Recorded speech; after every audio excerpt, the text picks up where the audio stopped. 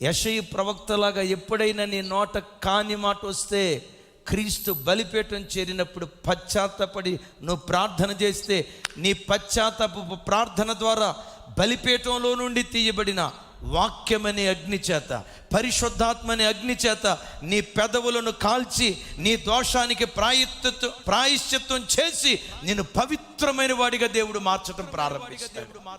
ఎప్పుడైతే పశ్చాత్తాపడతావో, నిజంగా పశ్చాత్తాపడతావో, నీ రోత జీవితాన్ని గురించి, నీ భ్రష్ట జీవితాన్ని గురించి రొమ్ము కొట్టుకుంటూ ఏడుస్తూ, కాని మాట వచ్చిందయ్యా, దోషకృత్యం చేశానయ్యా, అపవిత్రున్నయ్యా, నా జీవితం సరైంది కాదయ్యా అని ఎవడైతే తన దోషము నిమిత్తం దేవుని సన్నిధిలో కన్నీరు మున్నీరుగా ఏడుస్తూ పశ్చాత్తాపడతాడో, వాని పశ్చాత్తాప ప్రార్థన దేవుడు విని వాక్యమనే అగ్నితో వాడి పెదవులు కాల్చేస్తాడు. దేవుడు పరిశుద్ధాత్మని అగ్ని చేత వాడిని కాల్చడం ప్రారంభిస్తాడు. ఎప్పుడైతే కాల్చడం ప్రారంభించాడో దోషమునకు ప్రాయశ్చిత్తం కలుగుతుంది. దోషానికి ఎప్పుడైతే ప్రాయశ్చిత్తం కలుగుతుందో నరకమనే కుళ్ళు పట్టకుండా నిత్యము దేవునితో కూడా బ్రతికే భాగ్యం దేవుడు మనకు అనుగ్రహిస్తాడు. ఆఖరి మాట చెప్తాను బిడ్డలారా, నిత్యము ప్రభుతో బ్రతకటం అనేది, నరకానికి అప్పగించబడకుండా మన ఆత్మ పాతాళానికి చేర్చబడటం అనేది, యేసుక్రీస్తు రక్తముతో కడగబడినంత మాత్రాన అది సులువుగా దొరికేది కాదు. రక్షణ ఉచితమే, రక్షణను కాపాడుకోవటానికి ప్రయాసపడాలి. అగైన్ నా వైపు చూడండి, రక్షణ ఉచితమే. యేసుక్రీస్తు నా దేవుడని నోటితో ఒప్పుకున్నావు, బాప్తిస్మం తీసుకున్నావు, ఆయన రక్తం ద్వారా కడగబడుటను బట్టి నా పాపానికి ప్రాయశ్చిత్తం కలిగిందని జస్ట్ ఒక్క నిమిషంలో పాపి పవిత్రుడిగా మారిపోయాడు. పవిత్రుడిగా మార్చబడిన తర్వాత పవిత్రతను కాపాడుకోవటానికి జీవితాంతం నువ్వు ప్రాకులాడాలి. అందుకని అంటాడు కదా, రక్షణ పాత్రను చాతబూని అన్నాడు కదా. రక్షణ పాత్రను అపోస్తుడైన పౌలు గారు అంటారు కదా, భయముతోనూ వణుకుతోనూ మీ సొంత రక్షణను మీరు కాపాడుకోనండి. ఏంటి రక్షణ? ఏదో బాప్తిస్మం తీసుకొని ఒక్క నిమిషం అట్లా మునిగి లేచిన స్వల్పమైన కార్యం అంటారా? హెబ్రీ గ్రంథకర్త అంటాడు కదా, ఇంత గొప్ప రక్షణ. ఎంత గొప్ప రక్షణ, ఎంత గొప్ప రక్షణ!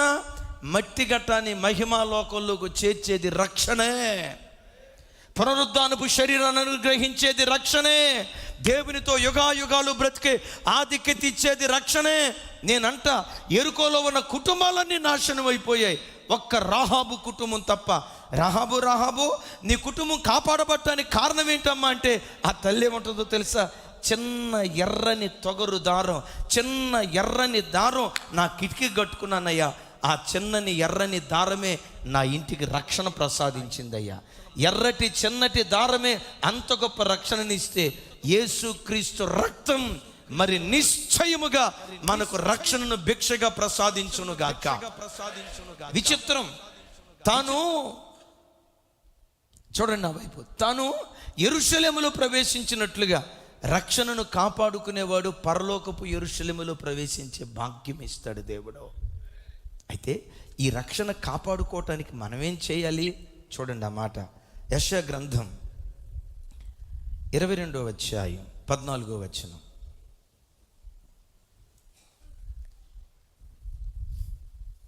చివరి మాట నాతో కలిసి చెప్పండి. మీరు మరణము కాకుండా మీ దోషములకు ప్రాయశ్చిత్తము కలగదని ప్రభువును సైన్యములకు అధిపత్యకు యెహోవా ప్రమాణపూర్వకముగా సెలవిచ్చి ఉన్నాడు. అందరు నా వైపు చూడండి. అమ్మ, నీ పాపానికి ప్రాయశ్చిత్తం కలగాలంటే ఏం కావాలంట? అరే, అక్కడ రాసి ఉంది కదమ్మా, టకమని చెప్పాలి. మీరు మరణము కాకుండా మీ పాపమునకు ప్రాయశ్చిత్తం కలగదు. తమ్ముడు నా వైపు చూడాలి. నీ పాపానికి ప్రాయశ్చిత్తం కావాలంటే ఏం కావాలా? నువ్వు చావాలంటాడు. మన మరణం కావాలంటాడు. అంటే మరణం అవటం అంటే ఏంటి? శారీరకంగా చనిపోవటం మాత్రమే కాదు. నా వైపు చూడండి, శారీరకంగా చనిపోవటం కాదు. అపోస్తుడైన పౌలు గారు అంటాడు కదా, నేను దినదినము చనిపోవచ్చున్నాను అని. విన్నారా? నేను దినదినము చనిపోవచ్చున్నానని. ఈ స్థలంలోని కొరింథీ పత్రికలో పౌలు గారు మాట్లాడుతూ మరో చక్కటి మాట అంటాడు. 4వ అధ్యాయం 11వ వచనం.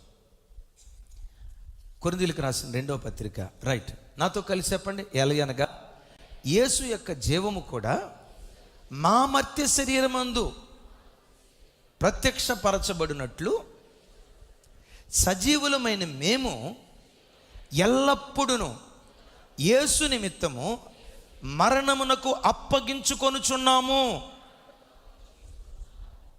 దేనికి అప్పగించుకుంటున్నారట? మేము సజీవులుగానే ఉన్నాం. నా వైపు చూడాలి.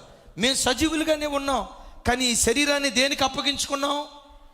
మరణానికి అప్పగించుకున్నాం. నేనంట సచ్చినోడి దగ్గరికి వచ్చి, గమనించండి, సచ్చినోడి దగ్గరికి వచ్చి పెట్టమని ఒక దెబ్బ కొట్టామనుకోండి, సచ్చినోడిని పెట్టమని కొడితే సచ్చినోడు కళ్ళు తెరిచి 2 చెప్పులు పెట్ట వాయిస్తాడా?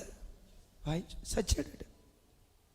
సచ్చినోడి దగ్గరికి వచ్చి వాడి చెవుల్లో, నువ్వు నాశనం అయిపోతావురా, నువ్వు దుమ్ము కొట్టుకొని పోతావురా, నీ పిల్లలు నాశనం అయిపోతారా, నీకు మొద్దాన్నం ఉంటాయి కదా తిట్లు, అవన్నీ తిడతా ఉంటే సచ్చినోడు కళ్ళు తెరిచి,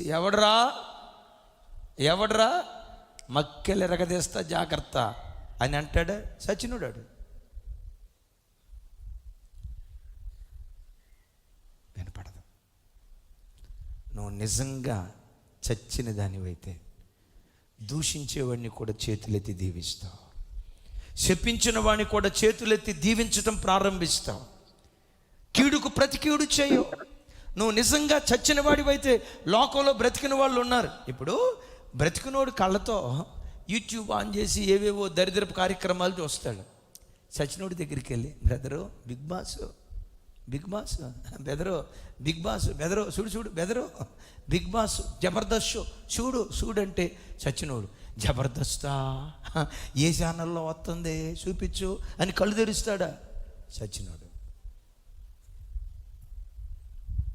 పాపం విషయంలో చచ్చిన వాడిగా ఉండాలి, అపరాధ విషయంలో చచ్చిన వాడిగా ఉండాలి, చెడు విషయంలో చచ్చిన వాడిగా ఉండాలి.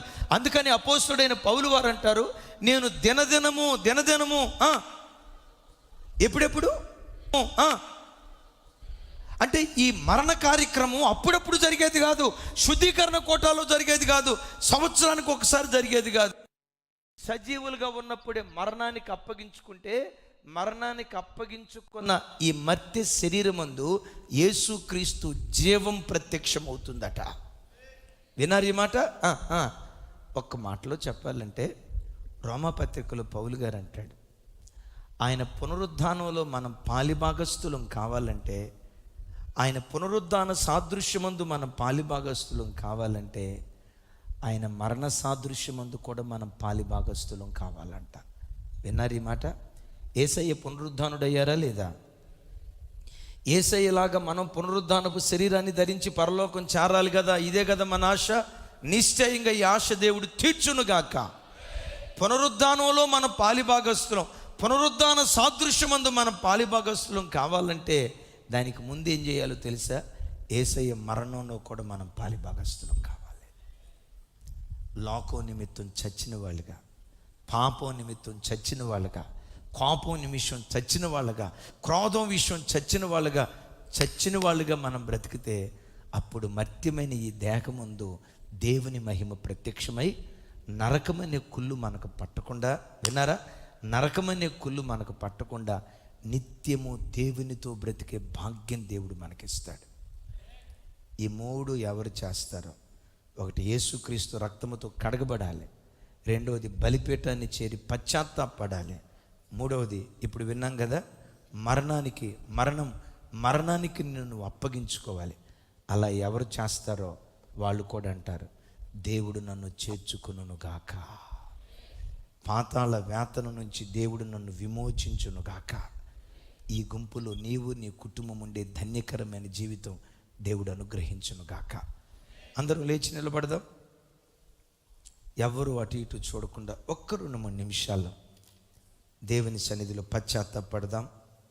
హృదయపు లోతులో నుంచి నువ్వు పశ్చాత్తాపడితే బల తీసుకునే వాళ్ళు నిలవబడండి. హృదయపు లోతులో నుంచి నువ్వు పశ్చాత్తాపడితే బలిపీఠం నుండి తీయబడిన పరిశుద్ధాత్మ అగ్ని చేత దేవుడు నిన్ను పవిత్రపరచడం ప్రారంభిస్తాడు. సెకండ్ సెషన్లో కనువిప్పు కలుగు చేసే 2 కుటుంబాల కన్నీటి కథ తప్పకుండా గృహాలకు వెళ్ళిన తర్వాత వినండి. గృహాలకు వెళ్ళిన తర్వాత తప్పకుండా వినండి. కనువిప్పు కలుగు చేసే 2 కుటుంబాల కన్నీటి కథ ఏంటి? ఆ 2 కుటుంబాలు, ఆ కుటుంబాలు మనకు నేర్పే పాఠం ఏంటి? రైట్, అందరం ఒకసారి 2 చేతులు పైకెత్తుదామా? 2 చేతులు పైకెత్తుదామా? నోరు తెరిచి, మీ అంతట మీరు నోరు తెరిచి ప్రార్థన చేసుకోండి.